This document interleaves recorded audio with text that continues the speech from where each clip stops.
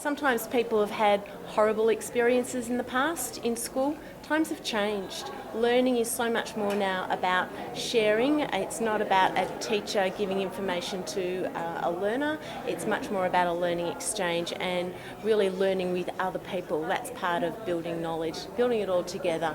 There aren't the rights and wrongs of the past.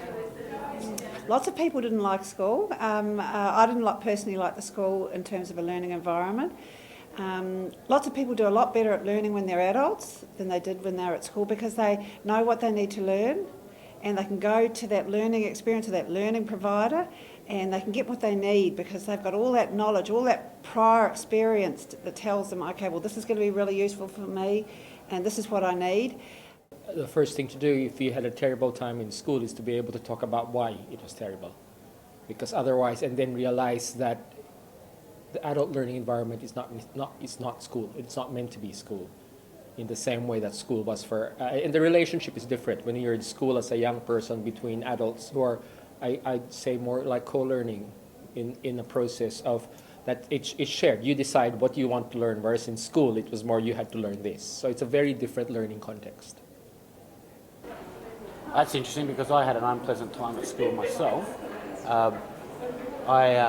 I left school at year 10, having been to 3 different schools. I went back to education as an adult, and to cut a long story short, finished up with a PhD about 15 years later. So I think that you can have a bad experience. The experience of a primary is a different experience of a secondary or high school or tertiary or adult education. They're all different environments, and I think that people who've had bad experiences, you'll be really surprised at how different and variable learning environments can be. Adult learning is contractual, so you have the opportunity to negotiate. Adult education is very non-threatening. The nice thing is this, that we have an enormous number of young people, particularly who went through school, they found it wasn't for them, they fell through the cracks somehow or other, and as a result they sort of feel that learning is not for them. The nice thing is to find something that is going to be non-threatening for them, learning to play the guitar, going and doing a bit of artwork.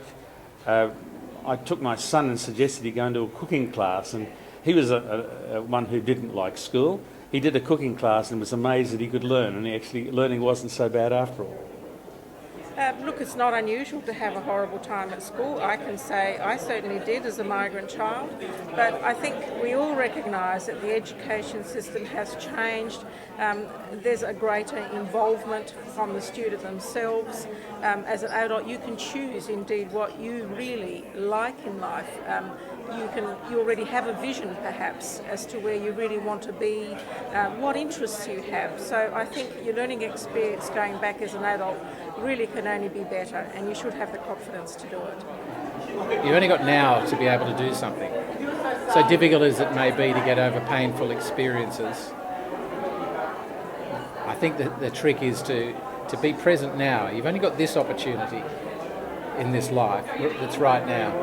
Learning environments and formal learning situations is just a tiny part of what the learning is all about in the 21st century.